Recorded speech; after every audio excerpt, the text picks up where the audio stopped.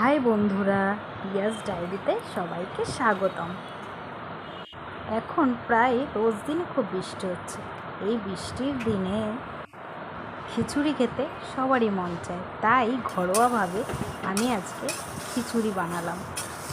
ঘরে যা যা জিনিস ছিল তাই দিয়েই বানিয়ে ফেললাম। প্রথমে আমি চালটাকে ভালো করে ধুয়ে নিলাম, তারপরে আলু ও কুমড়ো কেটে নিলাম। কিছুটা বাদাম ভিজিয়ে রেখেছিলাম এবং মুসুরির ডাল, মুগ ডাল নিয়ে নিলাম। মুগ ডালটা ভালো করে ভেজে নিলাম, মুসুরির ডালটাও অল্প ভেজে নিলাম। তারপর হাঁড়ির মধ্যে জল গরম করতে দিলাম।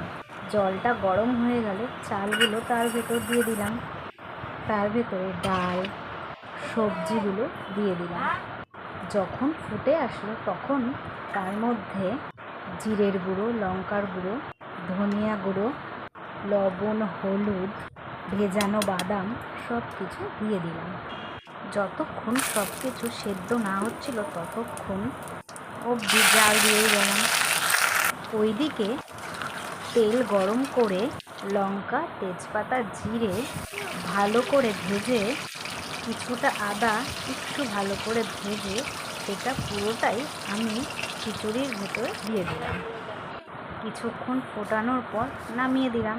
তোমরা বলো কেমন হয়েছে ঘরোয়াভাবে খিচুড়ি। Bye bye.